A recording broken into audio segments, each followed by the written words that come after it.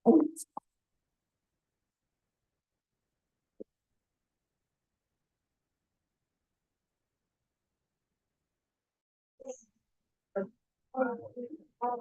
Bismillahir Rahmanir Rahim, Nahmaduhu wa nusalli ala Rasulihil Kareem. This interesting hadith we're doing here. وعن جابر أن النبي ثم قال لما خلق الله آدم وذريته قالت الملائكة يا ربي خلقهم يأكلون ويشربون وينكحون ويركبون فاجعل لهم الدنيا لنا والآخرة ولنا الآخرة. قال الله تعالى لا أجعل لا أجعل من خلقت بيدي ونفخت في من روحي كمن قلت له كن فيكون. رواه البيهقي في شعب الإيمان. This is a very, very, okay, before we come to that, what I want to say is this here is that remember we're doing random acts or a random hadith about the creation of of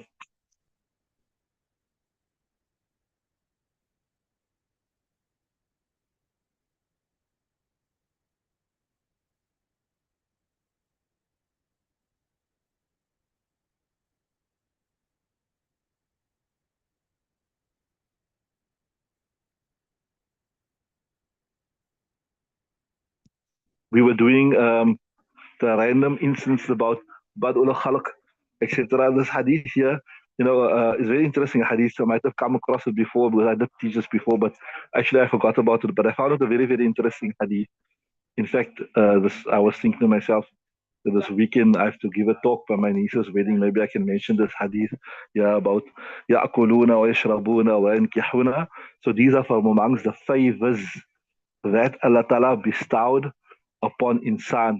And if you look at it, the angels were but envious of it. So they say, Ya Allah, you created them, they get married, they eat, they drink, etc., etc. We don't do that.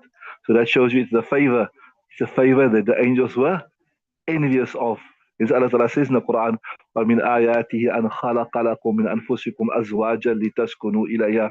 So very nice hadith to speak about. Then Allah Ta'ala says that, look, these are my special creation. لَقَدْ خَلَقْنَا الْإِنسَانَ فِي أَحْسَنِ تَقْوِيمٍ.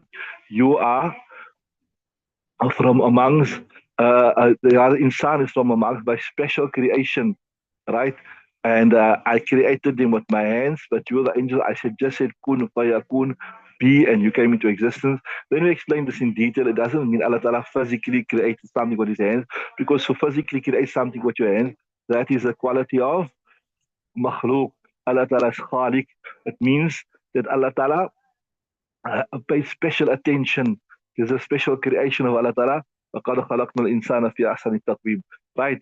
So that was just related to this bab. Then there's an important asal here. I want you to take notice of this here. It will come in your Aqidah books. It will also come in the other Hadith books. Just take note of this here. Who is more virtuous? Who are more virtuous? Is it the angels or is it insan? Right? Is it the angels or is it insan? So here's the principle, nice principle. Just remember this principle here to help you in future.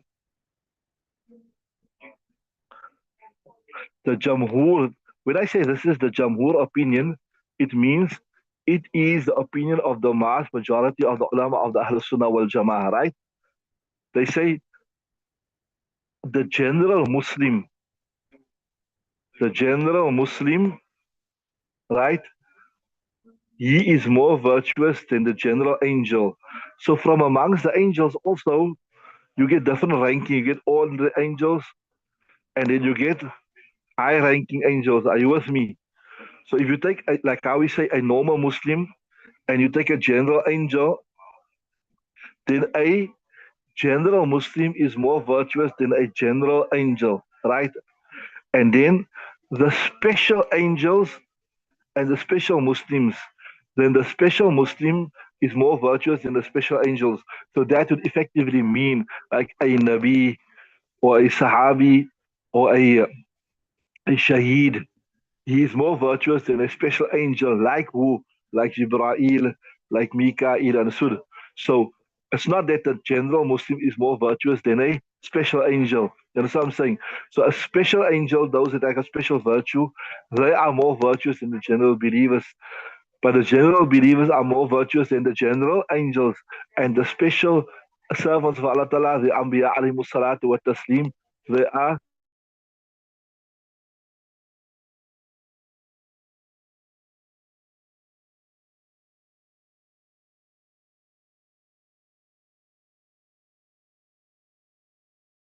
more virtuous than the general. Right. Al-Fasl Salis, read it.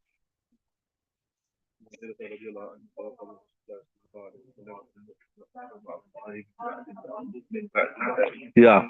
بسم الله الرحمن الرحيم وعن أبي هريرة قال قال الرسول المؤمن أكرم على الله من بعد ملائكته رواه ابن ماجه. So what I just mentioned to you earlier, it is borne out by the hadith here.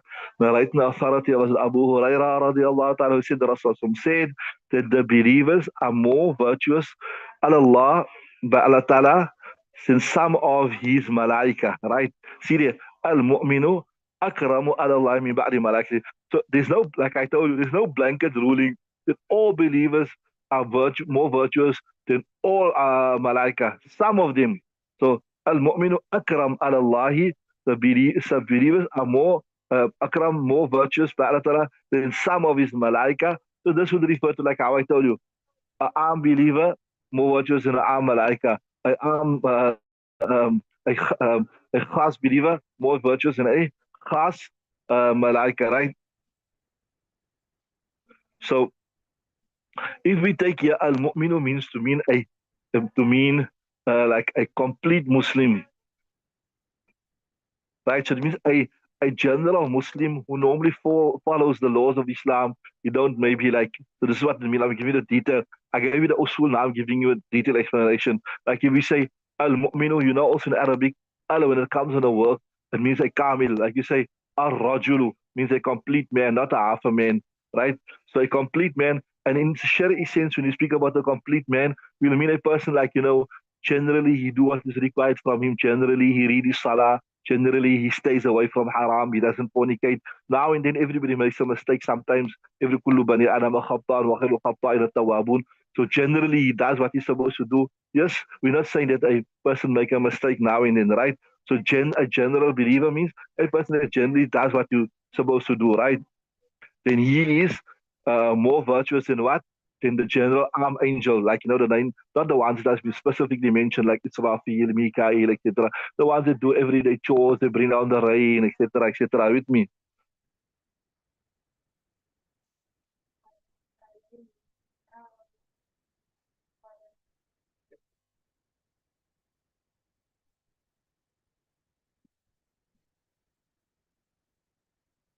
So here's the Akibid Arabic of Mullah Ali Qari. ولا يخفى أن المراد بخواص المؤمنين, when we speak out special believers, right? There's a general some nice fawaid we learn here. When we speak about special believers, what we speak about? الرسل, the Rusul, wal Anbiya'u, and the Anbiya, right? That's the special believers. وبخواص الملائكة, and we speak about the special angels, we speak about Jibreel, wa Mikael, wa Israfil.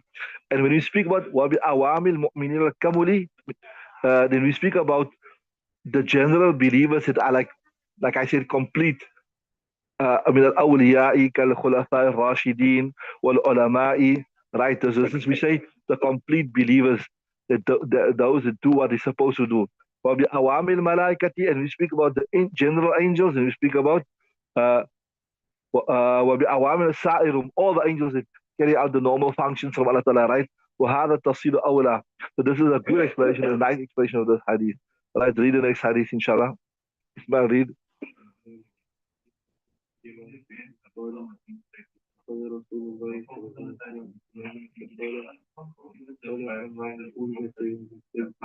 أولئك تسير الجبال وقال كالشجر يوم الاثنين وقال كالمكروه يوم الثلاثاء وقال كالنور يوم الأربعاء تبسم فيه الجواب يوم الخميس وقال فآذن بعد الحديث يوم الجمعة في آخر الخلق وآتي الخلق من الله فيما بين العصر والليل Okay, interesting hadith here also. Bismillah ar-Rahman ar-Rahim. Also عنه عن يعني عن أبي هريرة رضي الله عنه قال أخذ رسول الله بيدي. The Nabi took me by my hand. He said فقال خلق الله التربة. Allah Ta'ala created uh, sand, right? يوم السبت. يوم السبت is on a Saturday, right? وخلق فيها الجبال. And obviously, the next thing after the sand, he created the mountains.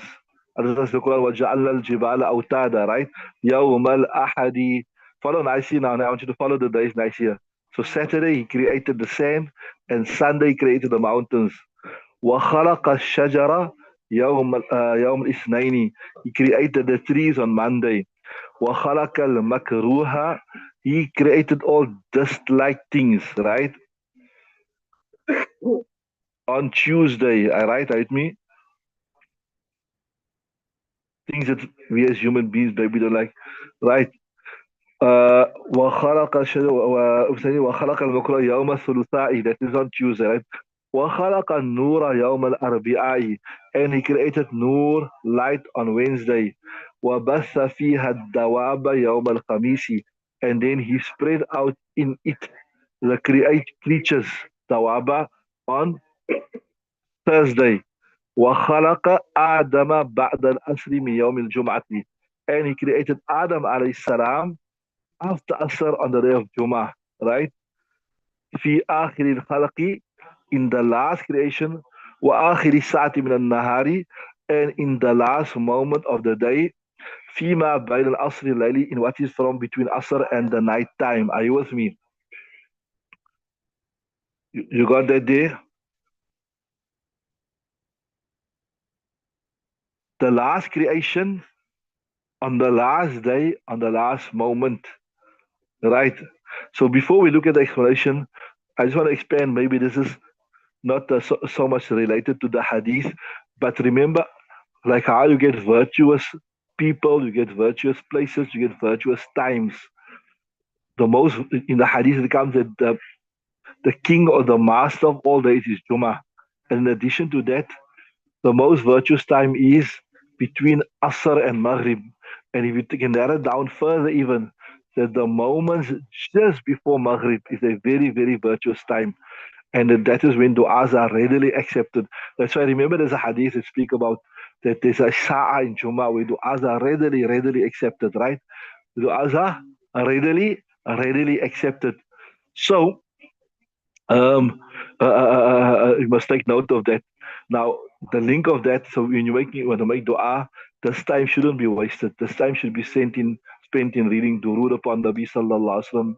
This time should be spent in making dua. If it's summertime, normally then you are by the home, you are free by that time.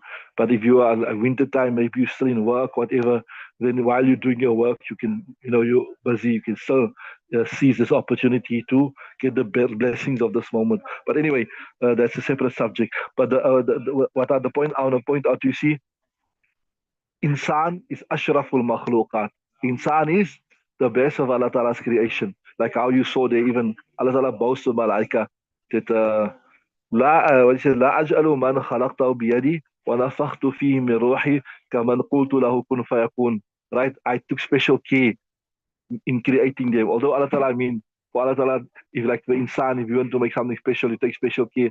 But by Allah Subhanahu wa Ta'ala, there's no need for that.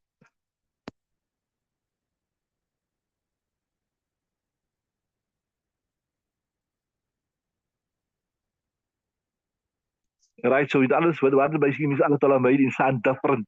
He's not your regular of the mode creation.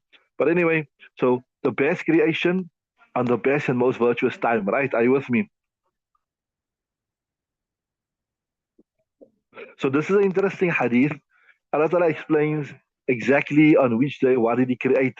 And again, I want to mention this. We mentioned it before. Allah Ta'ala could create. Remember, for Allah Ta'ala to do something at different intervals or to do something all at once, it doesn't make a difference because His power is so much, it doesn't make a difference. You know what I'm saying? Like if you are very, very strong, whether I give you 1 kilo to carry or 5 kilos, it doesn't make a difference to you because your power is so much. So Allah Ta'ala's qudrat is so much that Uh, it doesn't make a difference to Allah Ta'ala whether He created in one moment or He takes time to create. You understand what I'm saying? But ulama explain Allah Ta'ala want to teach us, and He want to teach us that things are done slowly, and and they're done slowly, they're done properly, then it has a correct effect, right?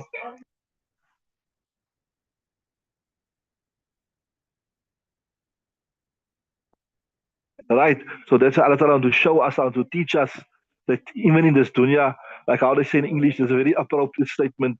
Rome was not built in one day. Rome was not built in one day. Things take time, it happens slowly. So same thing here, right? That was right. The next part is this here. If you look at this hadith, look there nicely, it says, um, خلق التربة يوم السبت.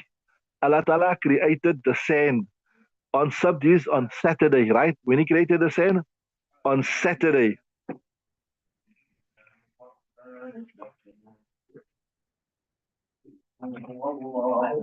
And it started on Saturday and it finished on Sunday. But there are certain riwayah that suggest Allah Ta'ala started the creation on what? On a Sunday. That is the more common riwayah that we all know, right? So how do we make intibak? Maybe we can make intibak like this here. We say, Allah Ta'ala, how do we create a correlation between it? We say Allah Ta'ala started the creation late on a Saturday when it was almost Sunday. You understand what I'm saying? So like that, there's no contradiction between the two hadith.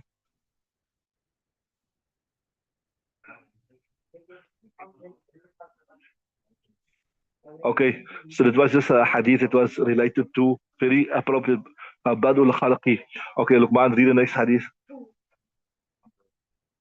قال بينما نبي الله جالس وأصحابه إذا أتى عليه سحاب فقال نبي الله هل تدرون ما هذا؟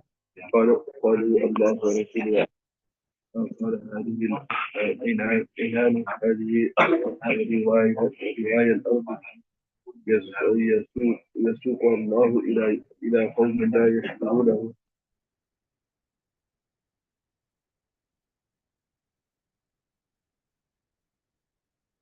إنها الرقيق صف محفوظ وموج مصفوف. ثم قال هل تدرون ما بينكم وبينها؟ قالوا الله ورسوله أعلم. قال بينكم وبينها 500 عام. Okay, okay. This hadith is very similar. We already passed the hadith. It's very similar, but it's a little bit extra. وعنه عن أبي هريرة قال بينما نبي الله صلى الله عليه وسلم جالس once, right? Nabi was sitting وأصحابه and his companions إذ أتى عليهم سحاب when a cloud came. فقال النبي صلى الله عليه وسلم هل تدرون ما هذا? Do you know what is this here? قالوا الله ورسوله أعلم. This was the respect of the Sahaba Ikram that for Nabi Sallallahu whenever they were asked a question, say Allah and His Rasul knows best. Rasul أعلم قال هذه الأنان. This is called anan, right? هذه روايا. This is روايا. روايا الأرض. Then it's also we'll do the tahqiq of this word yeah, in the Shara, inshallah. So it means something which gives water, rawaya, right? Just for the timing. So anan, rawaya, yasuquhu Allahu ila qawmin. Allah Ta'ala drives it to people, la yashkuruna, wa la yad'una lahu. Allah Ta'ala gives it to people who do not express their thanks and not make dua for it.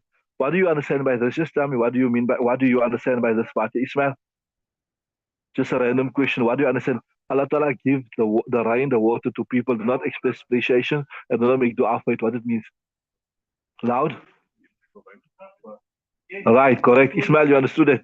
So Allah Ta'ala is that benevolent person that Allah Ta'ala gives those who appreciate and Allah Ta'ala gives down. We as human beings, like if you have to do a favor for a person and that person doesn't appreciate the favor, you say, no man, this guy here, I've done so much for him and he doesn't appreciate it. So I'm not going to do it for you. You don't even say thanks. You don't say jazakallah. That's a human being in its nature. But Allah Ta'ala provides for everybody. He provides for Muslim, He provides for non-Muslim. He provides for Muslim, He provides for non-Muslim, He provides for obedience, He provides for disobedient. That is why that's why Allah Ta'ala is Jawad. Innahu Ta'ala in the khutbah, Malikun Jawadun Barrul Ra'ufur Rahim. So So يسوق الله إلى لقوم لا يشكرونه ولا يدعون له, to people who do not even express appreciation and do not make dua for it. And ثم قال هل تدرون ما فوقكم? Do you know what is above you? قالوا الله ورسوله أعلم. Allah and His Rasul knows best. Carry on.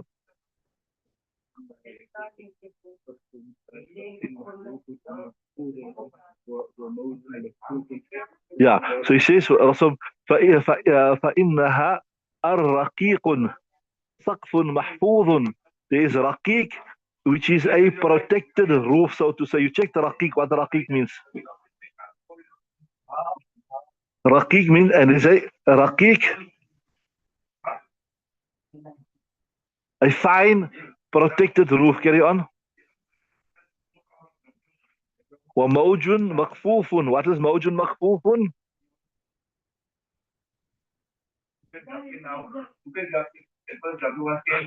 A protected, like a wave on top of it, but we'll do in the proper full detail. Carry on. Wave that is protected, kept firm, right? Carry on.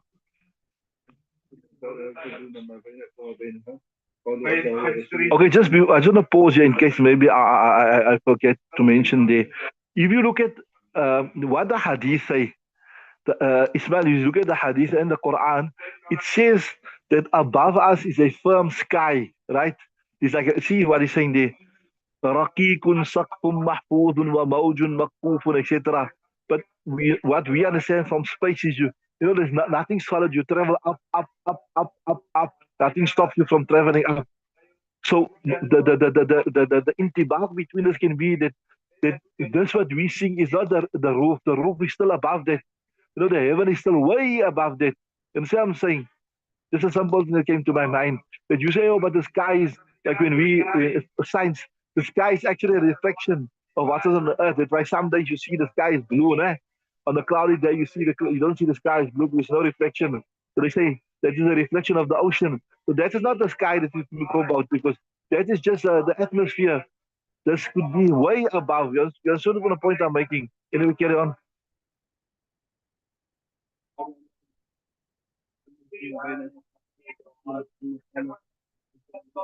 Yeah. So Summa Qala, so what in light of the Quran and the Hadith, above us there is a solid sky. Because even there's a verse, isn't there a verse that say, don't you see what is verse? Allah Ta'ala created the skies, there's nothing keeping the skies up. What's that verse come? Who can upload the verse? That's in Surah Al-Quran also. Saqfam mahfuza. This shows so the fact that I'm not saying there's a sky and nothing is keeping the sky up shows you what? It points to the fact that the sky is something solid, right? And that shows you, doesn't refer to this what we see. This is just a atmosphere. This is just to somewhere high above, beyond our comprehension. Before maybe the heavens started, even there could be a solid roof. You understand what I'm saying? Ishmael, you understand what I'm saying? Right? Okay, so هل تدرون ما فوق ذلك? Now, what is above that solid barrier, whatever? Yeah, even looking at Quran, this comes to my mind now. Isn't Allah Ta'ala speaks about in Surah Jinn also that they pierce through the sky, and that's Surah Ar-Rahman, that they pierce through the sky. What's it verse? That the jinn they pierce through the sky. What's this verse? Who knows the verse? Surah Rahman on the first, second, third page. Okay, carry on. So, okay, the point I'm trying to make is in light of the hadith in the Quran, we understand that before you get the seven heavens, there is a what? There's a solid sky there. There's a solid sky, right? Carry on. So he says, what do you know what is about Allah subhanahu wa ta'ala sama'un? Then above that there's another sky, right? There's a sky. Then inna bu'da ma bainaha khamsumi'ati sanatin. And what the distance between the solid roof and the sky is 500 years. Remember we mentioned in the other hadith, we spoke about that riwayat speaks about 70 years and this speaks about 500 years. And the intibaq was that the other is not murad, but kasrat is murad. Remember, carry on. Okay, ثم قال كذلك حتى أدى سبع سماوات ما بين كل سماعين ما بين السماء والأرض. So the Nabi explained 7 skies and he explained like that, like how between each earth and sky there is 500 years, right? ثم قال هل تدرون ما فوق ذلك؟ قالوا رسول. He said, what do you know what's above that? He said, Allah is Rasul Alam. Inna fawqa dhalika al-arshu. Above that is arsh. We said the arsh is like a dome. It covers everything. Right? You remember explaining arshu. وبين السماء بعد ما بين السماءين, and then the distance between that sky and the arsh is also like the distance what is between all the skies. ثم قال هل تدرون ما الذي تحكم. And do you know what is the thing that what is the thing تحكم that you are deciding. قال الله ورسوله أعلم. Allah and Rasul knows better. قال إنها الأرض.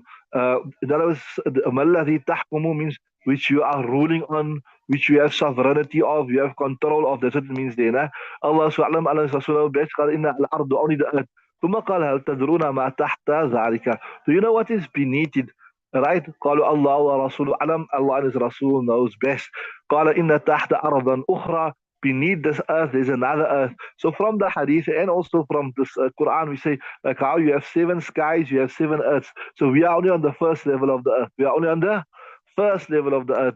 بينها مسيرة 500 سنة. What is between it is a distance of 500 years. حتى عد 7 أراضين. So like how you counted this one heaven, then 500 years another heaven, then 500 years another heaven, and 500 years is another heaven. Like just explain, there's one earth in 500 years distance, there's another earth, and then there's another earth, there's another earth till he counted 7. All right, are you with me? حتى 7 أراضين بين كل أراضينا مسيرة 500 سنة. ثم قال والذي نفس محمد بيده.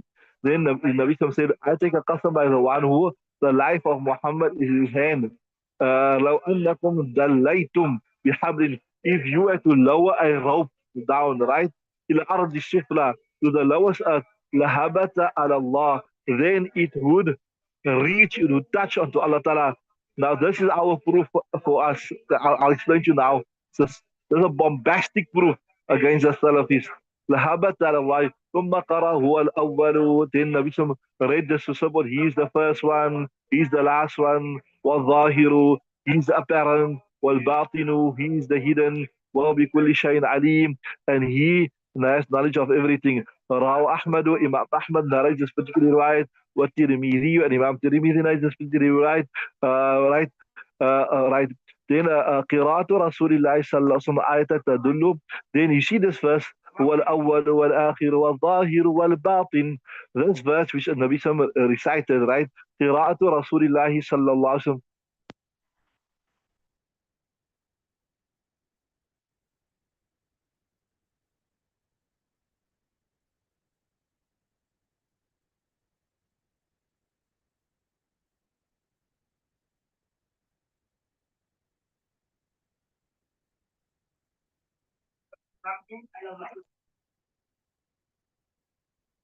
So see, this is interesting.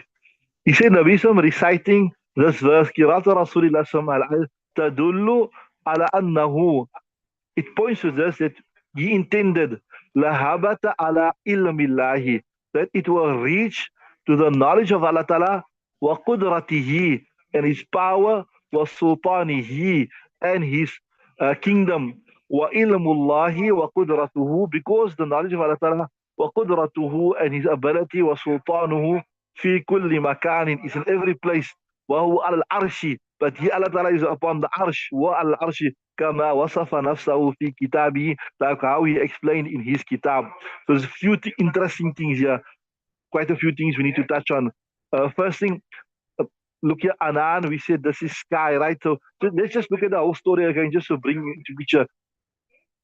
The cloud was passing, so the says, hey, you see this cloud, you know what you call this Anan. You know what is above this? Above this is a solid a sky. And then above that is another sky. And above that is another sky, 7 skies, until you get to what? To the arsh. And, sorry, you get to the dome. And on top of the dome is the arsh of Allah subhanahu wa ta'ala. And according to other riwayats, the arsh has been kept up by the 7 goat-like mountain, goat-like creatures. Then the different thing, the new thing, the added thing in this here is that then Nabi sallallahu alaihi wasallam explains, and he says,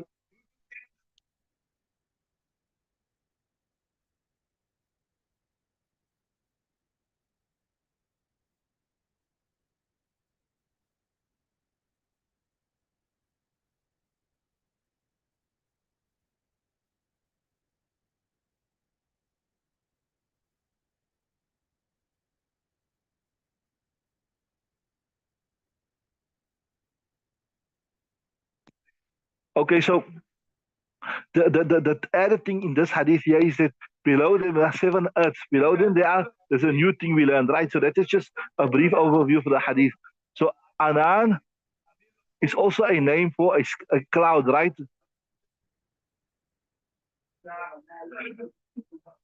Rawaya al-ard actually comes from the word of rawiyatun. Listen nicely. Rawiyatun and the Jama is rawaya. And listen to this nicely, it's interesting.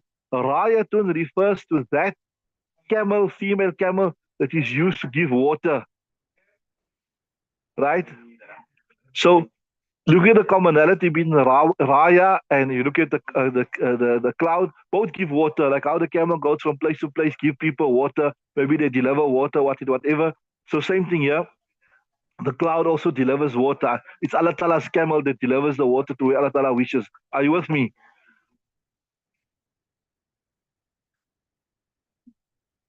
Did I tell you that Allah Ta'ala is so benevolent? He gives water to there where Allah Ta'ala wants you, where people appreciate and people don't appreciate it, right? Those people who make shirk, people who don't make shirk, everything, those people are disobedient, etc. So this is Rahman. This is the mercy of Allah Ta'ala. This is Rabbul Alameen. Ar-Raqiq.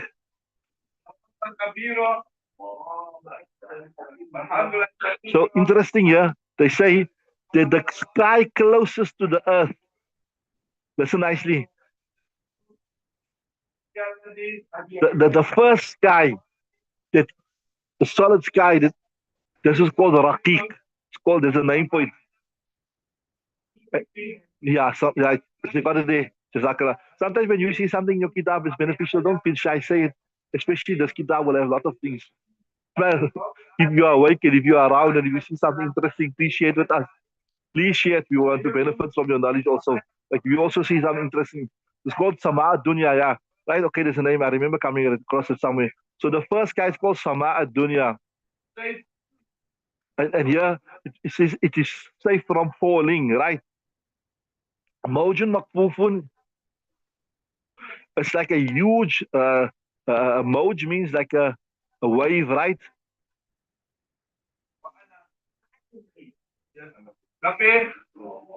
So this makfufun means it's protected from falling. What you got in your kitab?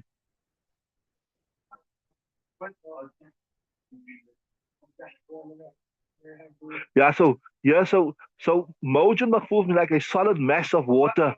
A solid mass of water. Yeah, so interesting thing here is so the first guy is like a solid mass of water, like a wave, and it's solid, right? So the next one, lahabata Allah. I mentioned to you this year that like how you get seven skies, you also get seven earths. That's why you say taht al ardina also comes in the Quran and it.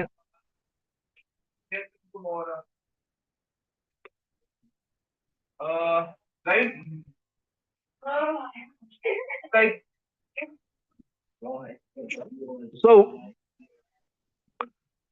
the hadith suggests that if you lower a rope, it will touch Allah Ta'ala.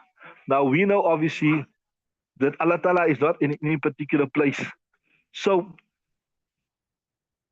if you ask the Salafi, just look at me nicely, I want you to pay attention to this here.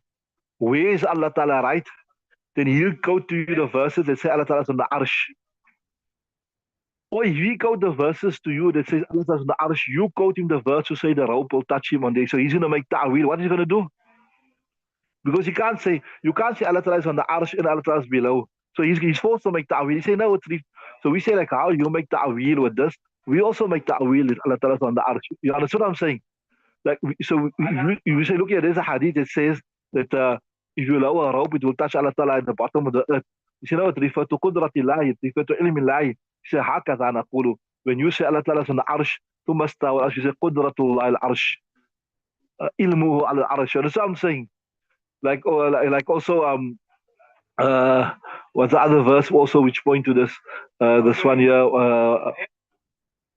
yeah, like you say أينما تقول فثم وجه الله, wherever you face then there is the face of Allah Ta'ala with everything. So you'll ask him, what does this mean? Is Allah Ta'ala everywhere? because he shall on the arsh. You know, it refers to أينما تكونوا أينما تولوا فثم وجه الله. The قدرة of Allah Ta'ala is there, the power. So كما أنتم تتأولون في هذه الآية نحن نتأول على الآية التي تدل أو يدل على أن الله على العرش. Like how you make ta'wil of this verse, we also make ta'wil of that verse. So why you can only make ta'wil but we can't make ta'wil? You understood that? Right? So two to three answers we can quickly silence the Salaf. You understood that?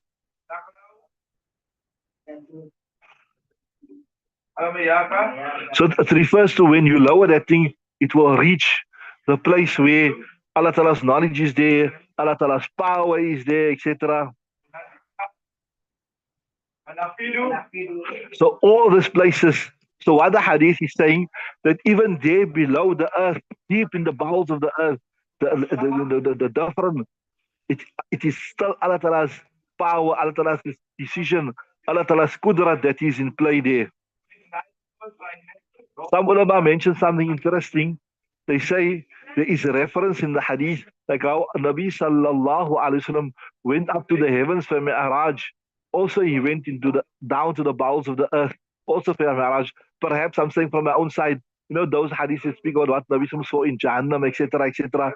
Maybe that was the Mi'raj, that was part of the journey to the bottom of the earth. You know what I'm saying?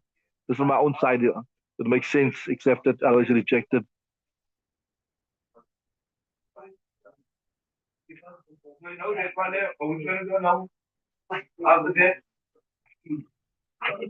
That's why I say, وَهُوَ اللَّهُ فِي السَّمَاءِ إِلَهُ. And this, like how we say, وَهُوَ اللَّهُ. And there's another verses also.